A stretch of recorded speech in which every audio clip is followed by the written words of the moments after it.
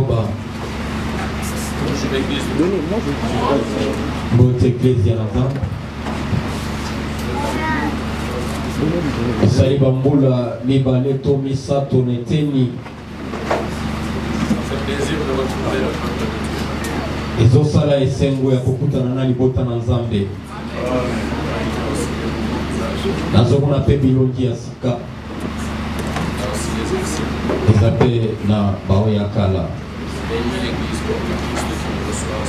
Na pamboli Ecclesia nzoto ya Kristo yembi biso na tonga lelo.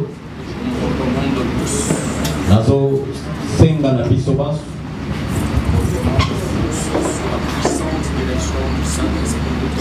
Nazo tika biso banso na se ya bokambami ya molemo mosantu pe nguya na ye. Ezana mokapo moko ezoloba. Le vase ne voulait pas au potier pourquoi tu m'as fait ainsi. Moemi ema ekoti koloba na moemi te pona nini osalinga boye. Je dirais aussi, na koloba pe lisusu, si Dieu nous a amenés ici, soki Nzambe amemi biso awa, ce n'est pas pour que nous fassions notre volonté, eza te po tosala mokano na biso, afin que sa volonté s'accomplisse. eza po mokano na ye kokisama. Soyez tous bénis en Jésus. Yango bopambola mabanso na kati na Yesu Kristo. Je recommande ces instants sous l'autorité du Saint-Esprit. Tata natiki tango na se bokonzi ya molimo mosantu. Nous ne voulons pas proclamer ici notre sagesse ou notre connaissance. Nous voulons que toi tu parles par ton esprit. Nous soyons tous enseignés. Parce que tu peux là où est ta parole. Là sont les signes de ta gloire. Laisse que cet instant, en ce jour de repos, où tu as vu que toutes choses sont parfaitement accomplies, que ce message de cette grâce enclenche un temps nouveau dans la vie de chacun. Apporte un témoignage porte sous une dimension nouvelle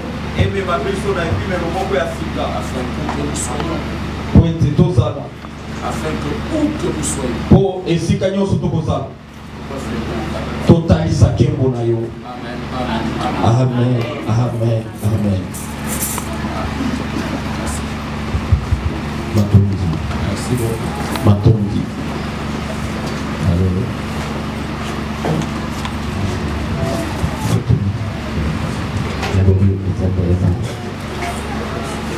L'homme de Dieu m'a dit que vous avez travaillé, que vous travaillez cette année. Mosali na Nzambe ayebisinga botaki kosala to bozosala na mvula oyo. Ministère de l'accomplissement. Na mabomba mi Moi, l'accomplissement. banzela ya bokokisami. J'aime beaucoup ce thème. Nalingi mingi mama na likambo oyo. Je ne sais pas pourquoi je vais lire ce passage, mais on va l'accepter. Nayebi te mpona nini tokotanga litangi oyo kasi tokondima yango bongo. 1 Timothée 6. Buku ya Timothée ya mbomoka kwa motoba. Nous allons lire 10 et 11 tout ça. Tokotanga molongo ya zomi pe zomi na moko kaka. Car l'amour de l'argent est une racine de tous les maux. Et quelques-uns, en étant possédés, se sont égarés loin de la foi et se sont jetés eux-mêmes dans bien de tourments. Pour toi, homme de Dieu, fuis ces choses et recherche la justice, la piété, la foi, l'amour, la patience, la douceur. C'était la parole du Seigneur. Amen. Toki kuvanda.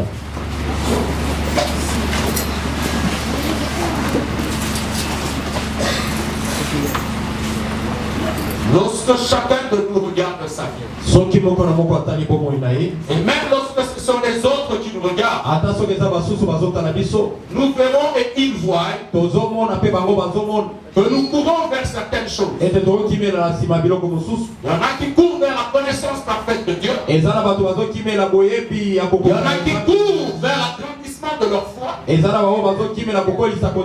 Il y en a qui courent vers le matériel. Dès que nous avons lu, c'est bien. Toutes ces choses, on en a besoin. Mais l'argent n'accomplit pas toutes choses. Les gens que nous suivons n'accomplissent pas toutes choses. L'Esprit m'a enseigné dernièrement. C'est vrai que la robe de Christ était sans couture. Mais l'Esprit me révèle que non seulement sa robe n'avait pas de couture, elle n'avait pas non plus de poche. Alléluia. Amen. Si elle n'avait pas de couture, c'est afin de ne pas permettre des ouvertures qui souilleraient le corps. C'est afin d'éviter des déchirures qui exposeraient le Seigneur. C'est afin d'éviter une brèche, afin d'empêcher. C'est afin d'éviter une brèche qui ouvrirait la porte à celui qui rôde comme un lion cherchant qui dévore. Mais ce qui nous intéresse, c'est pourquoi il n'avait pas de poche. Si la robe de Christ avait des poches, son action serait limitée à la profondeur de ses poches. Alléluia. Amen. Quand tu sors vers un supermarché, tu es conscient que ce que tu feras dépend de la profondeur de ta poche. Oh, si Christ avait des poches, il y a des endroits où il n'y aurait pas de miracle. Parce que c'est un manteau exceptionnel. Un manteau fait par Dieu. Je ne sais pas si je me trompe, mais je n'ai pas appris que dans la naissance à la mort jusqu'à la résurrection,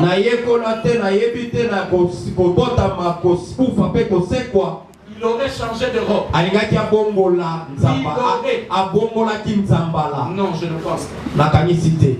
Il a gardé la robe qui est pour nous le symbole de l'esprit de la Pentecôte. L'esprit de la Pentecôte qui conduit chacun de nous. Pas besoin d'avoir des poches. Peut-être que toi tu as des poches pour ce que tu veux. Ce sont peut-être des amis. Ce sont peut-être des connaissances. C'est ton carnet d'adresse. Mais ils n'accompliront pas toutes choses. Un seul. Un seul. Accomplit toutes choses. Jésus-Christ. Il a tout accompli. Il a même accompli la mort. Il a accompli la résurrection. Il a accompli le rendez-vous de Galilée. Il a accompli l'adoption.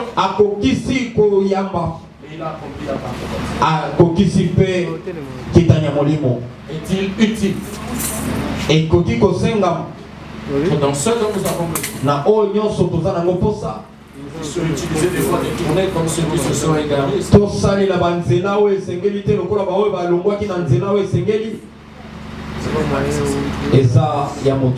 Par la foi que nous avons toutes choses. Pas n'importe quelle foi. La foi en Jésus-Christ. Seigneur et Sauveur. C'est pourquoi je me dis à quelqu'un ce matin, les choses dont tu as besoin, Dieu les a préétablies. Elles sont déjà là quelque part. Tu les obtiendras. Mais cela dépend de ta position. Parce que lorsque j'entends parler de la prophétie, elle ne te demande pas de marcher. Dieu ne te dit pas de courir. Mais dans toutes les versions des les Bibles que j'ai pu lire, na bandimbo la nyonso Biblia onga na tanga il est simplement écrit. esengami kaka na mokuse Attends là. zela yango Elle court vers son terme. ezokima na esika bokokisama na yango Elle part de Dieu elingi koloba ezouta epai na nzambe vers toi ekokoma epai na yo encore. na kokima kamana Mais pour qu'elle te trouve, kasi mpo ezwa yo tu dois être quelque yo part. esengeli ozala na esika Ça moko veut dire elingi koloba l'obtention des promesses, kozwa bilaka les miracles par la foi, likamwa na nzela dépendent du choix que tu fais, ezotalela kopona oyo ozosala dépendent de ta position. ezotalela lolenge na yo Si tu vas vers la poche de ton oncle, soki ozokende na libenga si ya tu vas ndoko vers la poche de ton ami, soki ozokende na libenga si moninga tu vas vers les coutures du voisin, soki ozokende na bilamba tu ya as quitté moninga ta pembeni, position. olongwe na esika na yo La prophétie va continuer à courir lisakoli ekokoma na parce kokima qu'elle n'a qu'une destination. po eza na esika kokomela moko kaka C'est toi. eza yo kaman Et celui qui comprend oyo mpe asosoli qu'il est le rendez-vous de la prophétie de Dieu. ete aza kokutani ya lisakoli na nzambe Alléluia.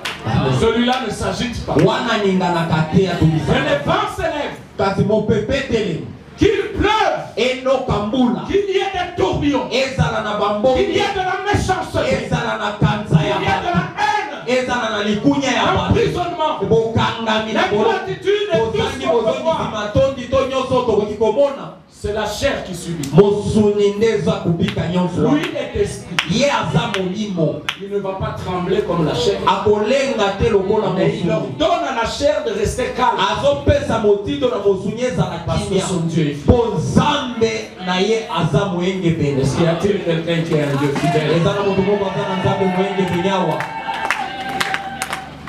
Certains ont choisi ces voies. basusu baponaki banzela wana Et lorsqu'on les regarde à l'apparence, soki tozotalela bango na on libanda a l'impression qu'ils ont réussi. tozomona lokola balongi kamani Pourquoi? mpo na nini Il a une voiture, aza na une maison, motuka aza na ndako des maisons, aza na il bandako voyage. abembukaka Est-ce que nous sommes appelés à envier ces choses? mpenza toza na posa kolula biloko wana Là, nous devenons infidèles. wana tokomi bato ya bozangi Parce que boyenge Dieu dit, je donnerai, mpo nzambe alobi nakopesa je ferai. nakosala Mais toi, tu envies. yo ozolula Est-ce que ce que tu envies vient de Dieu? oyo ozolula wana ezouta epai na nzambe Et tu viens nous dire ici que tu es chrétien. ozoya koyebisa biso awa oza mokristo Lorsque tu envies le mensonge des apparences. ozoka ozolula C'est simplement de lokuta la ya biloko ya libanda eza kopengwisa Simplement de la séduction. eza kaka kopengwisa Ça brille de l'extérieur. ezolala libanda Ça semble être beau. ezomonana lokola kitoko Parce que la chair kasi et la condition de ta vie aveugle tes yeux. ezokomisa miso na yo molanda Tu ne vois qu'à la limite. ozomona kaka na ndelo ya miso Mais si tu ouvrais les yeux des yeux, soki ofungoli miso ya molimo comme il est écrit, lokola ekomami vous devez avoir le discernement des esprits. esengeli bozala na bososoli ya C'est bili là que vous découvrirez les choses intérieures. wana nde bokoyoba biloko ya kati Vous n'allez pas envier certaines. kasi bokolula biloko mosusu te Vous n'allez pas envier certaines voitures. bokolula mituka mosusu Vous te n'allez pas envier certaines richesses. bokolula babozwi mosusu te kama Ce sont des erreurs que les chrétiens ne doivent pas commettre. eza bambeba oyo bakristo esengeli te basalaka L'unique voie d'accomplissement nzela moko kaka ya bokokisami a pour porte la foi. eza na nzela eza kondima kati na yesu kristo Alléluia. amen Et quand tu entres, soki okoti mpe na kati la patience s'impose. motema ya kozela ezosengama na makasi C'est la prophétie court.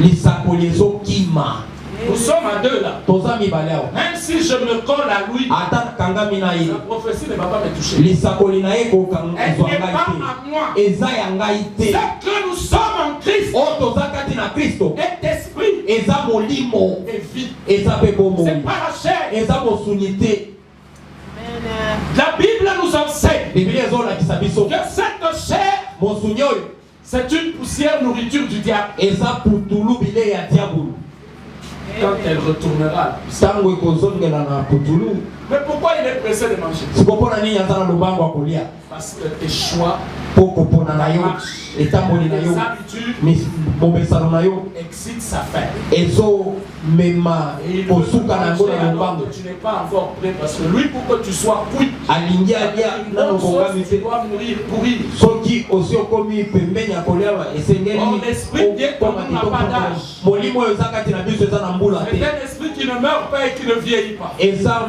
molimo oyo Parce enunaka que te c'est mpe ekolaka l'esprit de te l'éternel. eza molimo yawo ya seko C'est pour ça que quand Abraham a dit, yango ntango abraham alobi je m'en vais maintenant, nazokende sikoyo j'ai vieilli. nanuni Dieu ne lui a pas répondu à ça. nzamba yanolaki ye te na mbalakata Parce que c'était un charnel qui parlait. mpo ezalaki mosungi La promesse qui lui avait été faite, elaka oyo esalaka mpo na ye eza molimo et puisque l'esprit n'a pas d'âge, mpo molimo ezalaka na dès qu'il mbula est te entré en toi, ndenge ekotaki na et yo il sera même en 3025. ndenge mpe kozala ta na 3025 Il ne grandit pas, Et pour la il ne vieillit pas. Et Ça veut dire une promesse de Dieu n'a pas de rite, elle n'a pas d'obstacle, elle n'a pas de péage, elle n'a aucune condition qui puisse la tenir si ce n'est toi-même. soki te yo moko Alors si l'église souffre, elle se plaint. soki eglise ezonyokama mpe ezoyimayima C'est parce qu'elle n'a pas découvert celui-là. eza mpo nano eyebi lolenge na yango te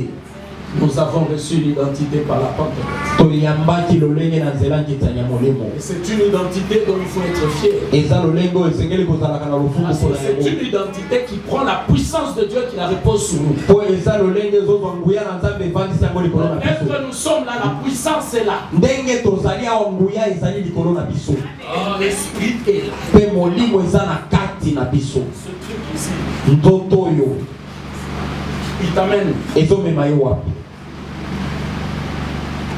Alléluia. amen Le corps.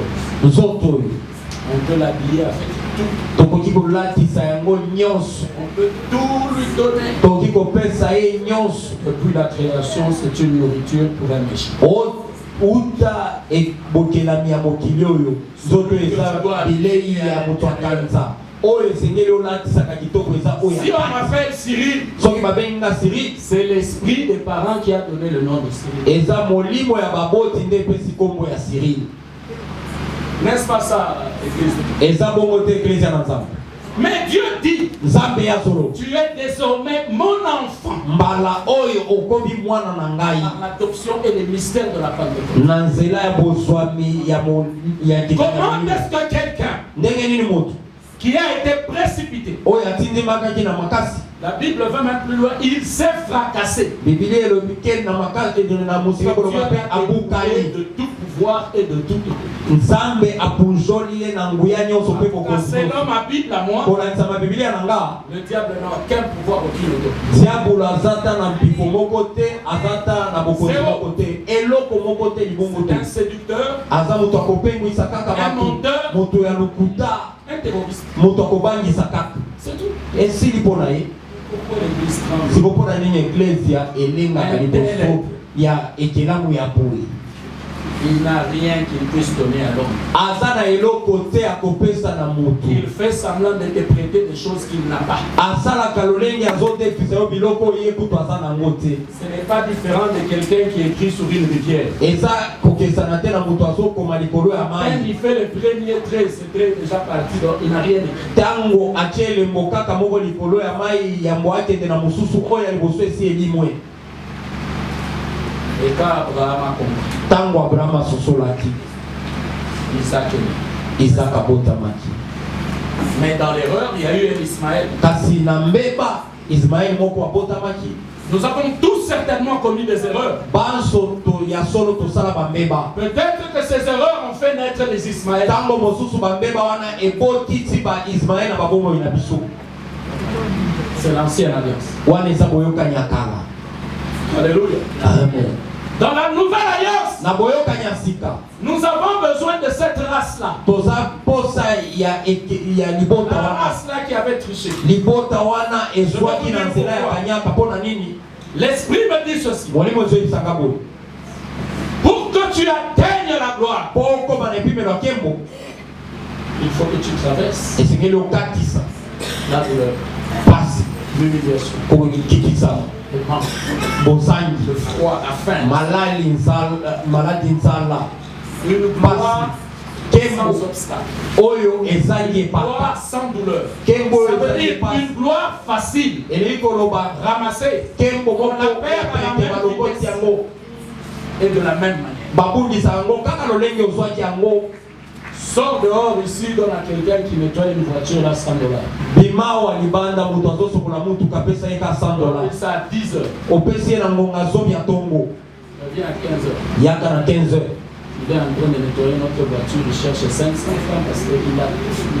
azoluka lisusu 500 fois azosokola mutuka po $100 wana asi asili Quand tu n'es nyonso pas prêt, soki nano ne bongami te cherche pas à obtenir des choses que tu ne sauras pas gérer. koluka te kozwa biloko oyo koyeba kokamba C'est pourquoi je kotambusa veux dire à quelqu'un, yango nalingi nayebisa moto moko comme lokola pour que nous soyons adoptés, po toswama na Mais nous puissions parler aujourd'hui. toloba lelo il y a eu un Judas pour Jésus. ezalaki na yuda moko mpo na yesu Il doit y en avoir dans ta marche. esengeli bayuda wana S'il n'y a pas un Judas, soki juda moko aza na etamboli tu na ne yo vivras pas la gloire. okobika nkembo te Mais qui est ton Judas? juda na yo aza Ce nani n'est pas glorieux d'avoir un Judas. eza ya nkembo te kozala na Mais juda c'est une pembe école kasi eza de etelo rencontrer son ya Judas. kokutana na juda na ye C'est une formation eza de malakisi rencontrer son Judas. ya kokutana na yuda na ye Alléluia. amen C'est une traversée eza bokatisi de la vallée de l'ombre de la mort. ya lubwako ya lilingi ya liwa De rencontrer son Judas. ya kokutana na yuda na ye Si tu fuis Judas, so ozokima yuda alléluia. amen Si tu fuis so Judas, ozokima il yuda n'y aura pas de croix. ekulusu mpo na yo ekozala te Et tant qu'il n'y a pas de croix, mpe soki il n'y a ekulusu pas de ezala te mort de la chair. Il kokufa n'y ya a pas nzoto de ekozala résurrection de te l'esprit. lisekwa ya Il n'y molimo a ekozala pas de te gloire éternelle. mpo ya seko mpe ekozala te Le chrétien cherche la gloire éternelle. bakristo bazoluka nkembo ya Pas la seko gloire de ce monde. kasi nkembo ya mokili oyo Mais qui est ton Judas? yuda na yo aza nani Peut-être tes choix. ntango mosusu eza balolenge na yo akopona na bomoi C'est là que ton Judas. nde esika yuda na yo azoza Judas, c'était l'esprit. yuda aza molimo Il n'a pas besoin d'être ton voisin ou ton ami, ton ennemi, rien. aza na posa kozala monguna na yo te moninga na yo te to moto kobikaka na ye pembeni na Judas ndako. peut être l'argent que tu cherches. yuda akoki kozala misolo oyo ozoluka Cet argent va t'amener dans des choses qui vont te détruire. misolo wana ekomema yo na banzela oyo ekobebisa Si tu ne comprends pas que Judas t'a détruit, soki ososoli ete yuda abebisi yo tu vas finir comme l'orgueil de la terre. okosilisa lokola moto ya lofundu ya ekulusu Hésite avec moi ce matin. moto moko aza elongo na ngai na ntomba lelo Il y a un Judas dans la vie de chacun de nous. eza na yuda moko na bomo ya moko na moko kati na biso Moi j'ai connu un Judas il y a quelques années. na nakutana na yuda moko na bamvula eleki 24 à 25 ans en arrière. esali bambula tuku mibale C'était un ami très proche. na nsima ezalaki moninga moko ya pembeni Tout makasi. le temps ensemble. mikolo nyonso toza kaka na Partout. bisika nyonso À l'époque, il travaillait à la présidence. na ilekwaka na wana azalaki kosala na présidence Église de Dieu, je lui ai remis 7 dossiers. eglise na nzambe napesi ye badossier sambo Il était au protocole d'État et c'était l'un des préférés de l'ancien chef. azalaki molingo Mais c'était mon Judas. kasi azalaki yuda na ngai Amen.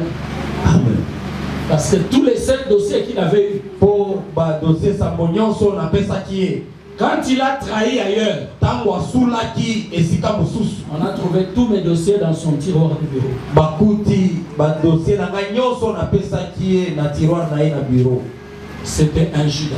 azalaki yuda Qui est ton Judas? yuda na yo aza nani Tant que tu ne l'as pas vu, soki nano omoni ete ne cours pas vers ce qui brille. kokimela te epai ya oyo Tu vas ezongala t'éloigner de ton poste. okoya kokende mosika na esika Parce na que yo la prophétie doit s'accomplir. mpo lisakolo esengeli ekokisama Même pour Jésus, ata mpo na yesu Noé a été une préfiguration. noe ezalaki elilingi ya liboso kotalisa Même pour Jésus, ata mpo na yesu Balaam a dit, je vois non pas de près mais de loin. azoloba nazomona na mosika te kasi na Esaïe a dit, un fils nous est donné. Des gens ont parlé. Mais ça a pris combien de temps? Parce qu'il fallait qu'il y ait un Judas. Sans Judas, na kozanga Yuda vous et moi nous ne serons pas ici. ngai na yo tolingaki tozala wati. Je n'encourage pas les Judas. Na lo lendi sa ba Yuda mais je veux que tu comprennes. Na lingina sosolisa yo. Le Judas n'est pas ton ennemi. Ete Yuda za monguna na yo te. Non non. Te. C'est un instrument aza esalelo que Dieu utilise pour te former. Pona ko lakisa yo. Quand tu comprends, tu atteins une certaine dimension.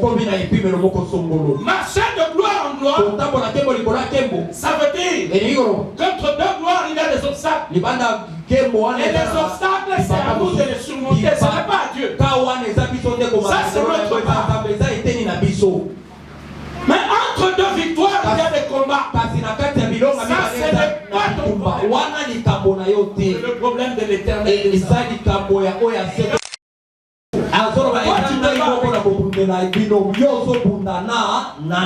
Chaque jour, tu te bats. Il combat.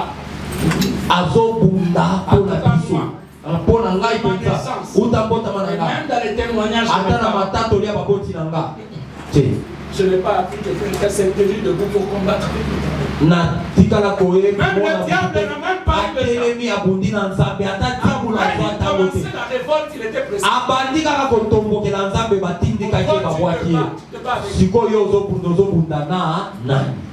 Ton problème, c'est les obstacles. Les obstacles symbolisent des escaliers. Alléluia. Pourquoi? Parce que entre deux gloires, il y a des obstacles. Pour parler d'une prochaine gloire, elle doit être une hauteur de plus que l'ancienne.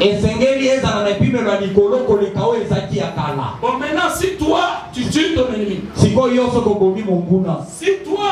tu enfermes tes ennemis, si toi, tu enterres tes ennemis, dis-moi par quel chemin tu vas atteindre la. Même si tu fais 100 jours de jeûne, comment tu vas arriver à toi? Parce que l'escalier que Dieu a mis pour que tu ailles dans la gloire, tu l'as enterré. Donc toi-même, tu as ajouté autre chose que tu dois déterrer,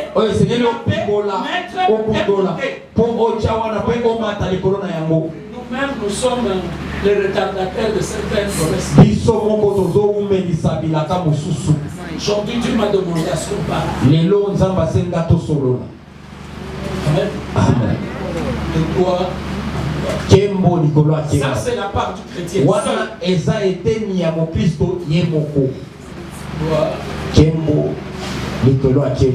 Mais il faut savoir que dans chaque auteur, il y a des vents plus forts. Ça, il faut le savoir. Pour affronter ces vents, tu dois voir l'école. Aimer et prier pour ton ennemi. Si tu t'aimes, tu aimes ta promesse, tu dois prier pour ce type. Il ne meurt pas avant que toi tu ne sois mort. Tu vas rester là. Dieu ne va pas amener un autre escalier. Je n'ai pas lu ça.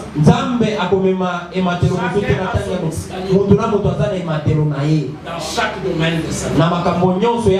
L'escalier c'est Judas. Sans Judas, Jésus n'aurait pas vaincu. Parce que selon le dessein éternel de Dieu, seul Judas devait trahir. Amen. Et Judas a trahi. Il n'a même pas joui du bonheur de sa trahison. Ne regrette pas ce que les gens te font. Ne regrette pas ce que les gens prennent. Ne regrette pas ce que les gens te prient. Ils n'en jouiront pas.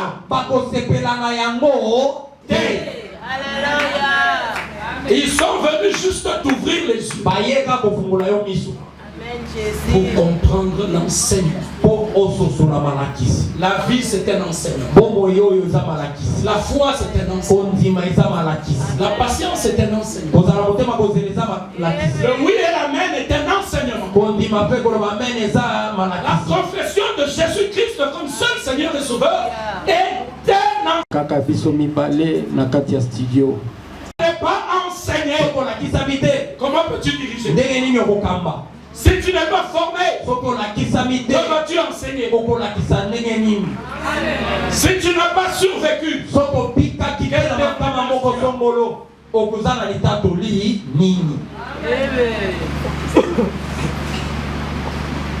oh, l'homme de Dieu m'a dit, on va enterrer nos ennemis. C'est dans quel passage? Tu enterres l'ennemi. Là, tu les tues dans l'escalier, tu enterres. Ils ont besoin de se reposer.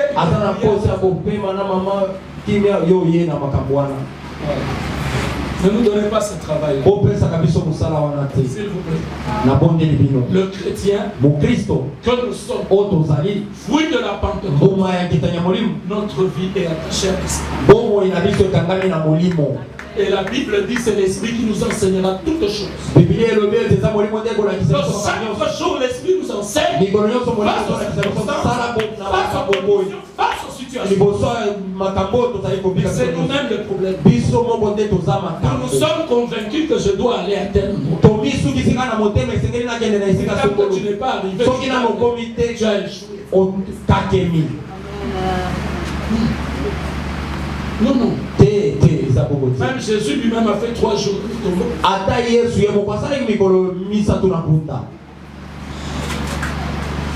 Ça, c'est mon point de vue. J'estime. Laisse aller lire l'enregistrement de la terre parce que là, tout est enregistré. Après avoir questionné, il a jugé. Et après avoir jugé, il a libéré, il est monté avec les prisonniers de la terre. On a vu des morts ressusciter avec lui. Si quelqu'un a estimé que tu es un mort parce que tu es au chômage, si quelqu'un a estimé que tu es un mort parce que tu as faim, parce que tu es malade, parce que tu es, je ne sais pas dans quelle condition, je viens t'annoncer ce matin, à cause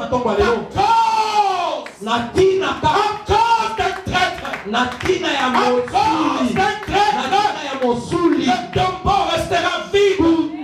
Tu n'es pas descendu vers la mort. Tu as été retenu dans une condition pour que tu sois enseigné. Et quand tu sortiras, même les tiens ne te reconnaîtront pas. Oh mon Seigneur, est-ce toi qui as volé le corps de ta maître? Tu as marché avec lui 30 ans. 3 jours.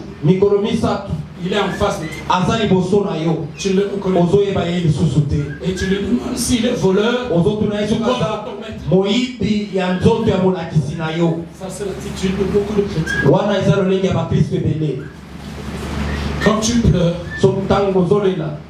tes yeux me s'ouvrent. Les larmes t'empêchent de voir. C'est pourquoi quand Élisée pleurait, c'est de la bouche et du cœur. Et les yeux étaient ouverts pour voir le manteau.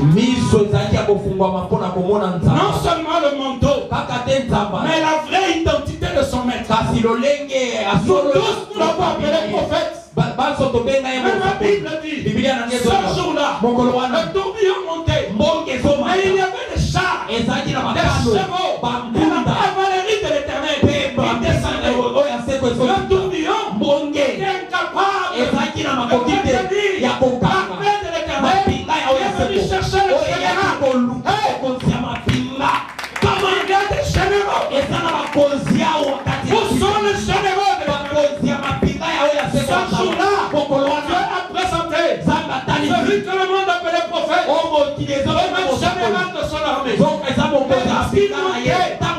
qui me choque, peut-être que les chars de la cavalerie étaient des esprits. azalaki molimo. Mais Élie n'était pas Kasi ici. Eliya Parce qu'il n'a pas de tombeau. po azalaki Donc c'est Élie que Élisée touchait. eza Eli Le tourbillon a pris Eli Élie. oyo Elisha azalaki kozimba mbonge matisi ye Et Élie, Eliya sur les champs, likolo ya bakalo les chevaux, bampunda la cavalerie, bapinga mais le manteau kasi kazaka est descendu. ezokita.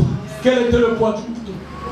Bozito nini kilo ya kazaka C'est wana le poids de ta ezalaki prophétie. eza kilo ya bisakoli na Il faut que tes yeux soient ouverts. ezengeli kristo na ye pokapola ye po omona lisakoli na Ferme les yeux. ye okokangi Elle biso atteindra la terre. ekokwela Et na même les mabele enfants des prophètes qui sont ata bana ya basakoli oyo baza pembeni récemment la double portion. bakozwa epimelo mbala mibale Comment ne pas partager? eteni na yo eza ya kokabola Avec te les yeux ouverts. tikala biso On va voir kofungwama ce qui descend. talaka oyo Ça ne ezokita peut descendre. ekoki kokitaka Lorsque tu as vu la nouvelle ntango identité, omoni il lolenge y a ya une sika nouvelle identité pour chacun. eza na nkombo ya sika mpo na moko na moko kati na biso Il y a un nouveau nom pour chacun. eza na nkombo ya sika ya moko na moko kati Il y na a biso une nouvelle vie pour chacun. eza na nkombo ya sika ya moko Alléluia. Il y a un nouveau na témoignage etatoli ya sika mpo na moko na moko kati na biso eza na motole ya sika mpo na moko na moko kati na biso kasi miso na yo esengeli nde mona ndenge kalo ezomata nkembo ndenge ezomata Et le manteau descend. mpe kazaka ekokita kaman bendela yesu maboko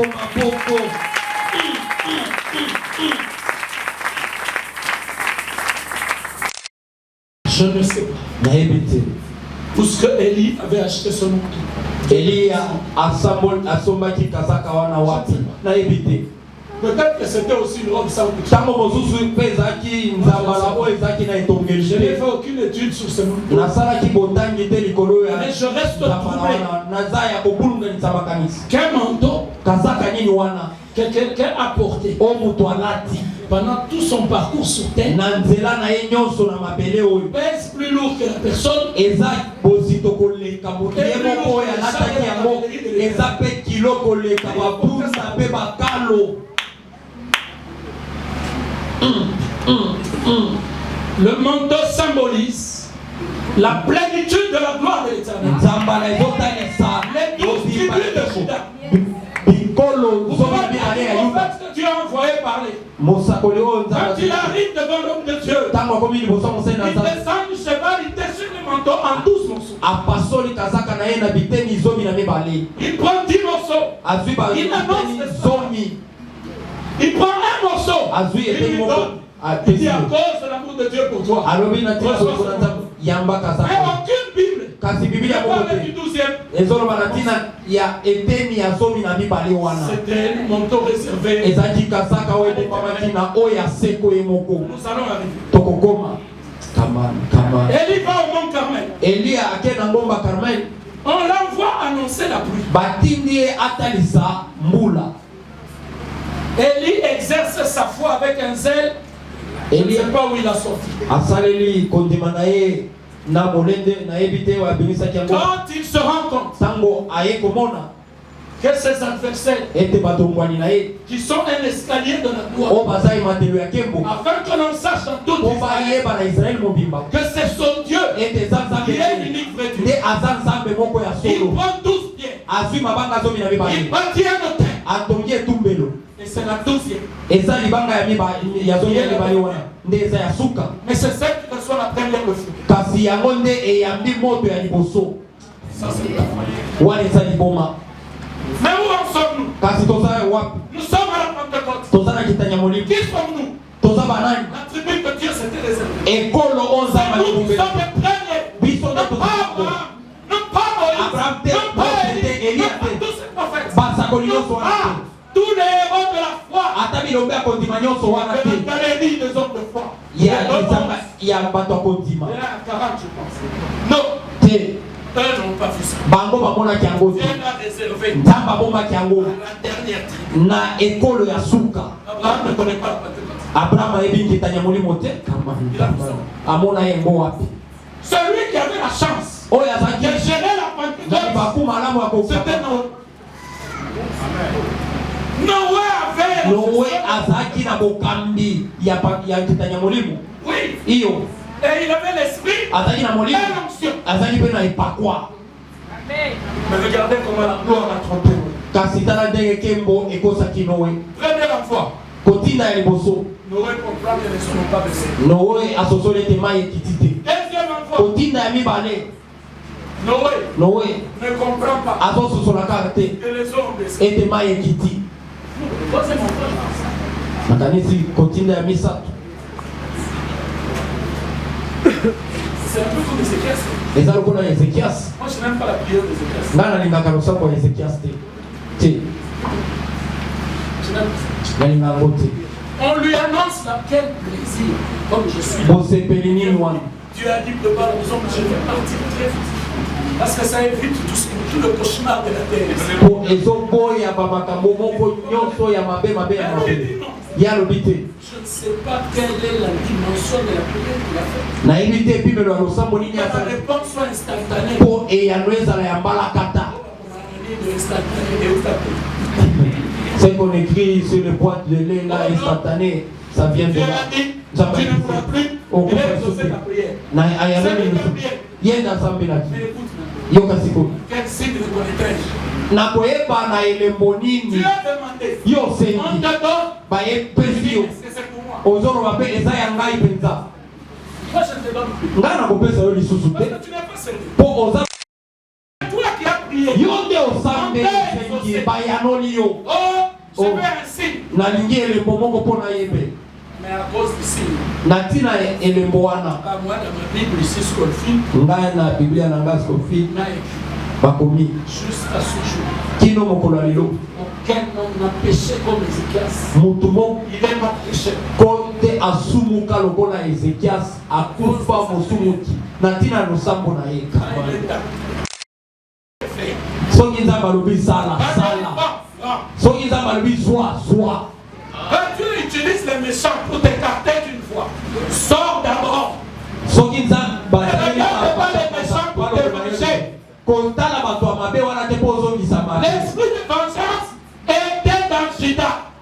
Molimo ya kozongisa mabe ezalaki na Quand kati il ya a Yuda. venu dans son a refusé. Ntango azongisi Il a misolo commencé à réfléchir. baboyi yango abandi kokanisa ndenge nini Et se venger de ces gens. azongisa mabe na bato wana. Il avait déjà vendu son âme, il n'avait plus le pouvoir. azalaki lisusu asi ateki molema na Il ye est mort avant celui que lui avait vendu. akufi yambo oyo ye atekaki. Alors ma prière c'est celle-ci. losambo na ngai eza boye Ce n'est pas que les ennemis meurent, eza te banguna bakufa mais que Dieu positionne tes ennemis atya banguna na yo aveugles, bazala qu'ils balanga ne bougent plus, baningana lisusu te jusqu'à ce que tu montes, kino yoma alors qu'ils guérissent api pour acclamer la gloire. mpona kobeta maboko ya nkembo na yo.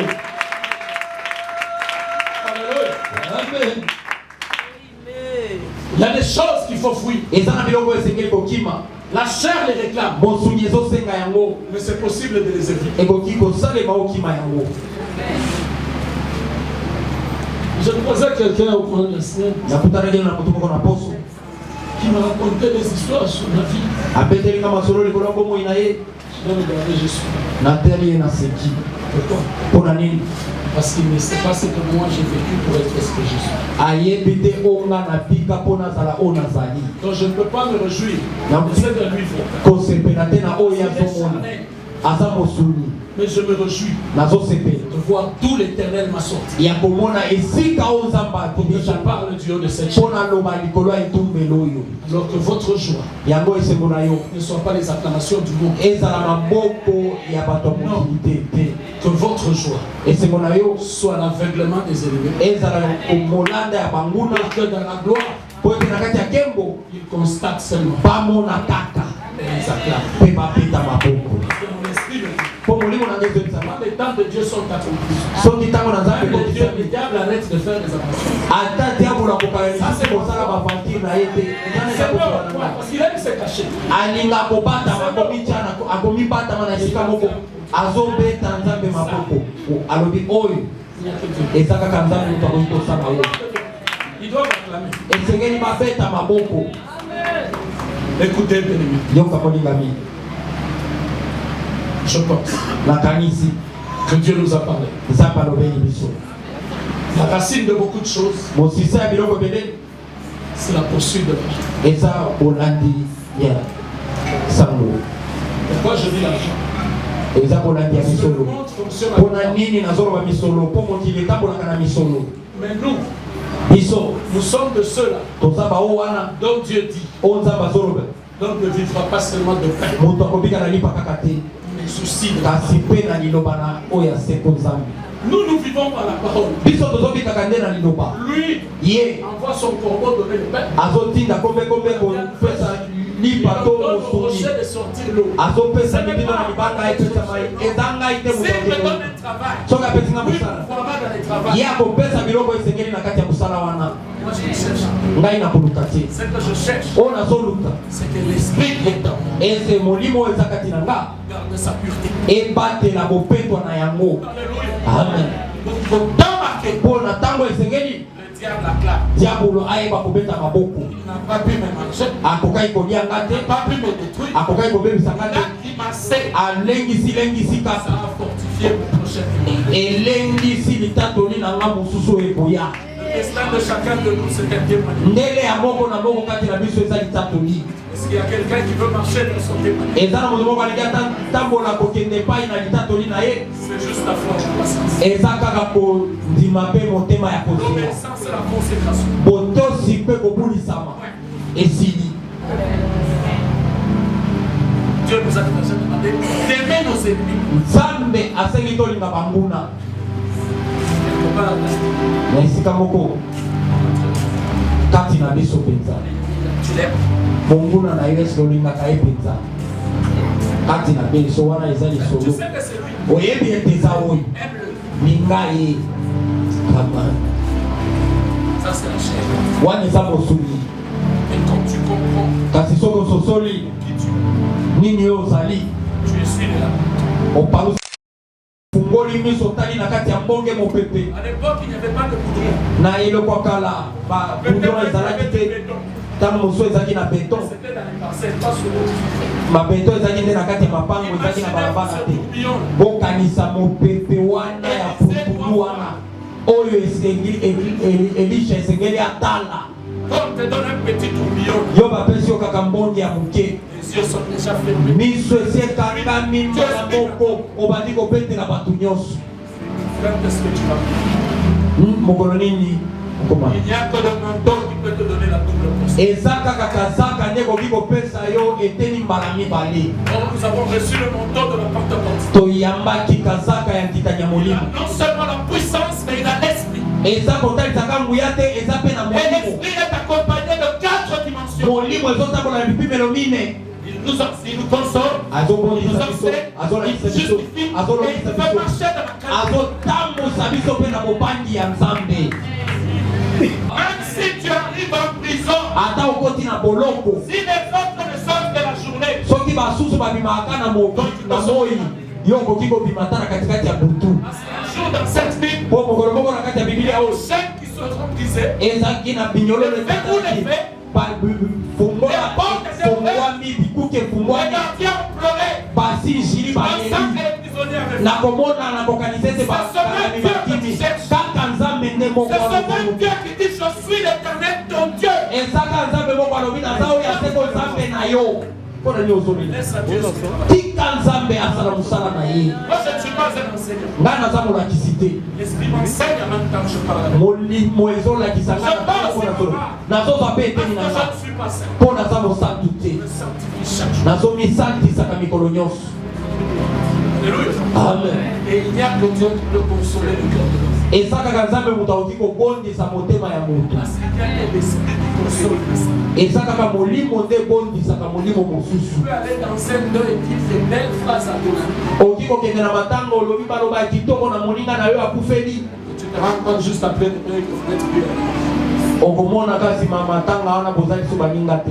Tu as pu bien faire, mais il s'est senti blessé. yo okanisaki osali malamu nzoka nde maloba wana olobaki ya kobondisa ye esokisi ye. C'est le travail du Saint-Esprit. eza nde mosala ya molimo Qui t'a mosantu. dit que tu es le Saint-Esprit? nani ayebisi yo oza molimo mosantu? Mais que chacun fasse son travail. moko na moko asala mosala na ye. Dieu a un travail, combattre pour nous et nous protéger. Nzambe aza na mosala na ye kobundela biso mpe L'esprit a kobatela le biso. travail molimo eza na mosala na de yango nous enseigner, nous consoler, nous justifier. ya kolakisa biso ya kobonisa biso ya kolonga biso na kobanga Nzambe na yoka bato koloba bango babangaka Nzambe. J'espère qu'ils le connaissent. Nakanisi bayebi ye. On ne peut traîner que quelqu'un qu'on connaît. Babangaka kaka moto oyo yebi. Entre toi et le Kati ya yo na ngai. Saint-Esprit. Na molimo mosantu kati na Qui biso. connaît Dieu. Nani ayebi Nzambe malamu. C'est pour ça qu'il y a que lui qui peut nous faire marcher dans la crainte.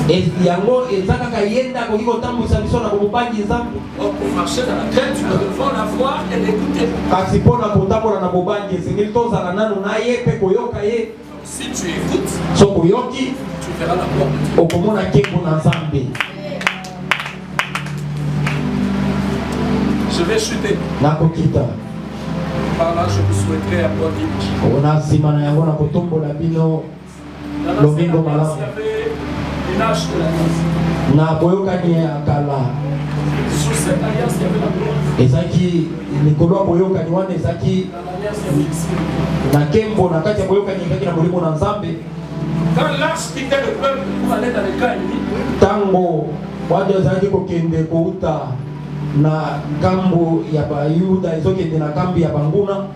la gloire ne restait pas dans le peuple de Dieu. Kembo ezalaki kotikala na kati ya La libota na gloire Nzambe. partait avec l'arche. Kembo ezalaki kokende na sanduku ya mibeko. Mais ce que Dieu a fait avec la Pentecôte, Oyo Nzambe asalaki na nkitani ya molimo. n'est-ce pas que vous, moi, vous, nous sommes l'arche de la nouvelle alliance. Bino na ngai toza Parce que sanduku ya la boyokani puissance ya et l'esprit sika. sont là. Nguya pe na molimo eza Mais wana. pourquoi nous tremblons déjà devant des choses qui n'ont aucune alliance? Siko mpona nini tolengaka liboso ya biloko eza na Moi, boyokani je moko suis te. l'arche de l'alliance. Ngai naza sanduku ya Je biloko ya porte boyokani. la puissance et la gloire de Dieu. Nazomema Donc là où je me trouve, esika on doit sentir esengeli et bino savoir mpe que koyeba Dieu est avec ete Nzambe aza na nous. ngai. Et c'est ça qui suscite les ennemis. Wana nde ezolambusaka banguna. Et quand il y a les ennemis, Soki banguna mpe ça baye montre en moi l'amour de Dieu. nde ezobatisa bolingo kati na Tout Nzambe ce mpo na qui ngai. domine la chair afin que je les aime. Mpo na ndondo ya mosuni nalinga Plus il y a bango. des ennemis, Mingi banguna bazozala près de la gloire je suis. pembeni mpe ya kembo nazozala. Dieu me bénisse. Nzambe apambola liloba na ye.